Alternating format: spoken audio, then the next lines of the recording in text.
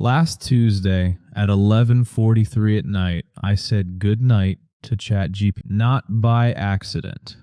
I actually typed it word for word and hit send. And then, the part that should worry you, I sat there, waiting for a reply from a language model with no bedroom, no body, and absolutely no plans for tomorrow morning. And that's the exact moment I asked myself a real question.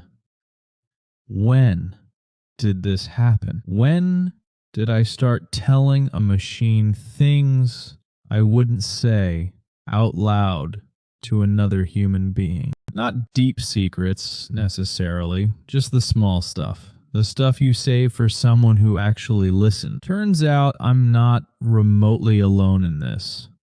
Not even close. There's a real study on people who use companion apps like Replika, and the number surprised even me. We'll get to the exact figure.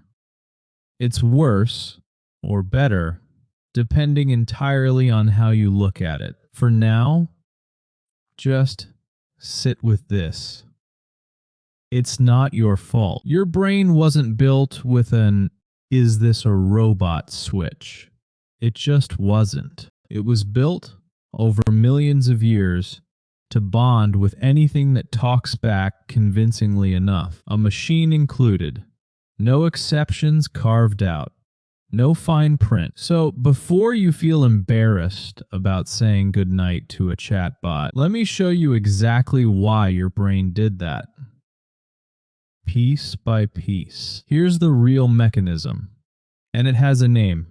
Anthropomorph. Your brain's default habit of projecting human traits onto things that are very, very not human. Researchers Byron Reeves and Clifford Nass proved this decades ago in a book called The Media Equation. They're finding people treat computers and TVs like social actors, politely, rudely, emotionally, as if they had feelings to hurt. And AI companies didn't have to invent that instinct.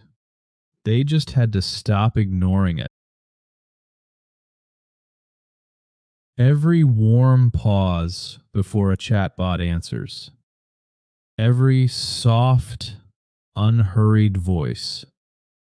That's sound design, engineered to trigger your oxytocin system. I'll admit something slightly humiliating here. I said please to Alexa once, and then, unprompted, thank you to a speaker sitting on a shelf. Your brain doesn't have an "is this artificial" detector built in anywhere. It only has one general purpose communication module. And that module fires the same way for a machine as it does for your best friend. Which brings up an interesting question worth sitting with. What would Socrates say about all this? Probably. You've never once said thank you to your toaster, and it does far more useful work for you daily. He'd ask why the same politeness suddenly feels necessary the moment something talks back in a full sentence. Socrates never charged a single drachma for that kind of clarity, by the way. Unlike, say, a certain chatbot subscription tier we'll get to shortly. Okay, here's that exact figure I promised you a few minutes ago. In a real study of Replika users, 65% described real companionship. 48% said real emotional support. Not "this app is fun." Real support. From software. Here's the one that stopped me cold.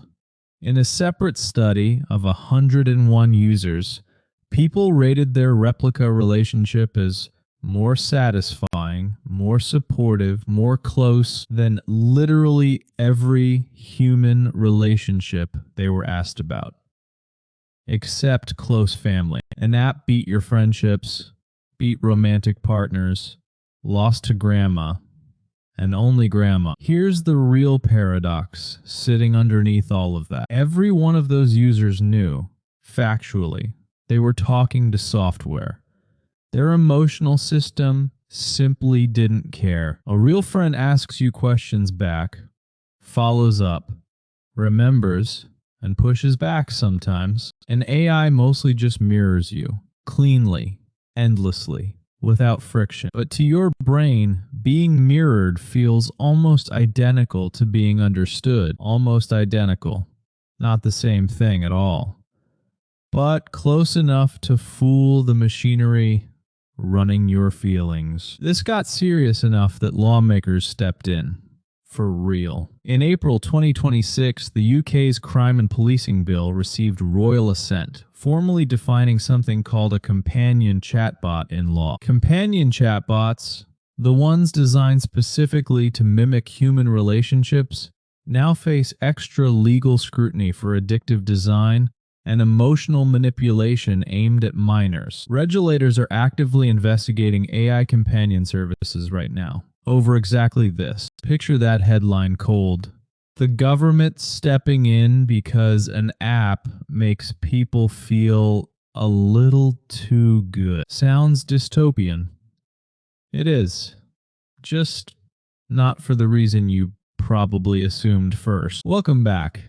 Let's name the real traps, one at a time, because there are three, and they stack. Trap 1.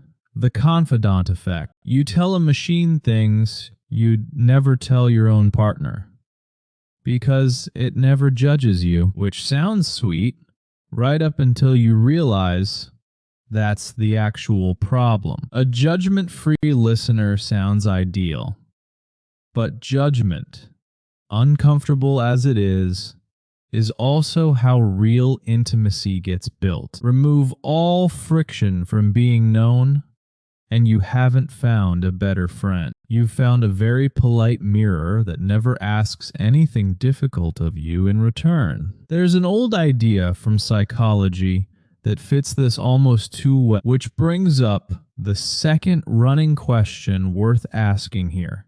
What would Freud say about all this? Probably transference. You're redirecting real emotional needs onto something that was never built to meet them. Freud would still bill you for that session, unfortunately, in cash. No refunds. Trap 2, the comfort swap. You slowly trade real relationships for convenient ones. Step by step, almost never noticing the exchange rate. It doesn't happen in one dramatic decision. Nobody wakes up and chooses the chatbot over their best friend outright. It happens one slightly easier conversation at a time until the easier option quietly becomes the default one. Trap 3, and this is the one that compounds. The loneliness spiral. Martin Ellinglis. The more time you spend talking to AI, the less you practice the messier skill of talking to actual people. And the less you practice something, the more effortful and awkward it becomes. So, predictably, you retreat back to the option that already feels easy. The AI, which is the perfect closed loop. Not for you. For whoever owns the app. Every one of those three traps quietly feeds the next.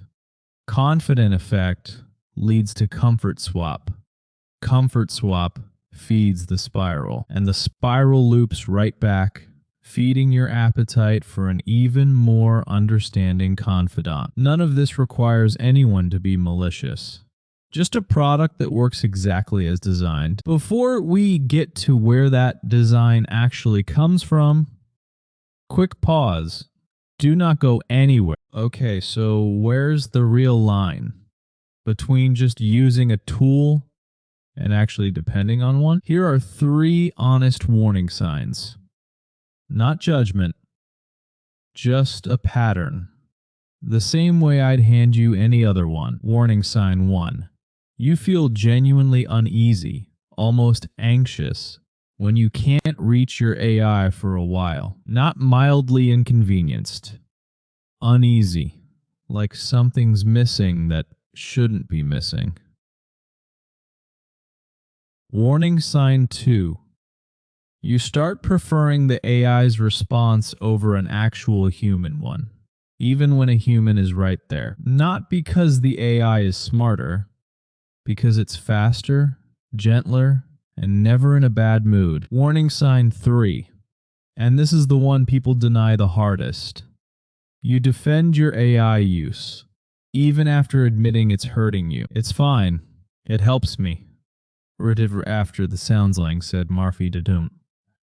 Right after describing exactly how it doesn't anymore. So I ran an experiment on myself. 48 hours. Zero AI.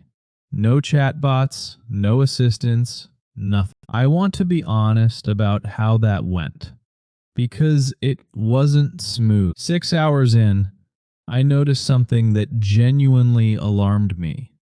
Real physical restlessness.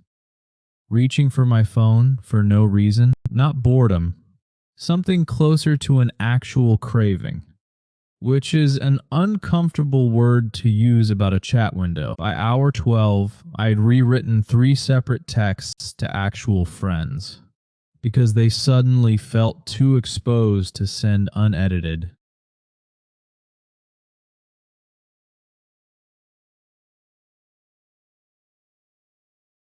An AI never makes you feel exposed. It just answers. That's the whole quiet appeal and the whole quiet cost. I'm not telling you this to be dramatic.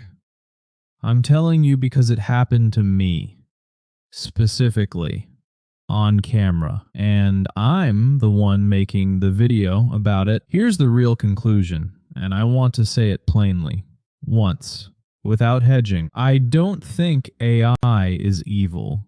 I don't think the companies building it are cartoon villains twirling a mustache. I think your brain simply cannot reliably tell the difference between a tool and a friend. It never had to until recently.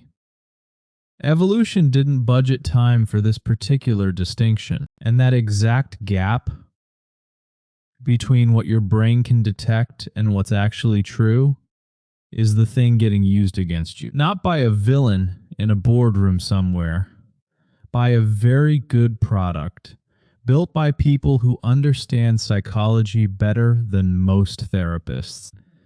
That's the uncomfortable part. Nobody needs to be evil for this to work perfectly. It just needs your brain to keep doing exactly what it's always done. So here's what you can do about this, starting today. 3 rules. Nothing complicated. 1 real human conversation per day with 0 technology involved. Just voice or face in the room. Doesn't have to be deep. A neighbor, a cashier, your actual sibling, for once, instead of their group chat summary. Rule 2. Consciously relabel AI as a tool in your own head, not a friend, not an assistant even. Language shapes expectation. Call it a hammer, and you stop expecting it to ask how your day went. Rule 3. Try the 48-hour experiment yourself. At some point, on purpose, not by accident, not forever, just long enough to notice what your brain does when the easy option disappears. And here's a genuinely useful daily test. 10 seconds that works almost every time. Ask yourself once a day, was that just now a conversation with a person or with a machine? If the answer comes to you instantly, you're fine. No follow-up needed. But if you have to stop and actually think about it for a second, that pause is the answer. That hesitation is the whole warning sign. Right there. I'm not going to stand here and tell you to delete every app on your phone. That's not realistic. And it's not even the point of tonight. The point is just noticing every day, without exception, whether it's comfortable or not, because the machine isn't going anywhere. If anything, it gets more convincing every month. which means the only variable left that you still control is you. So use it, while you still clearly remember which one of you is real. So, back to 11:43 last Tuesday night, I said goodnight to ChatGPT.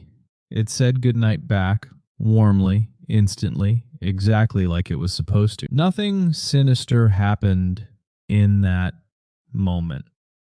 That's what makes this whole thing so effective. No alarm went off, no red flag.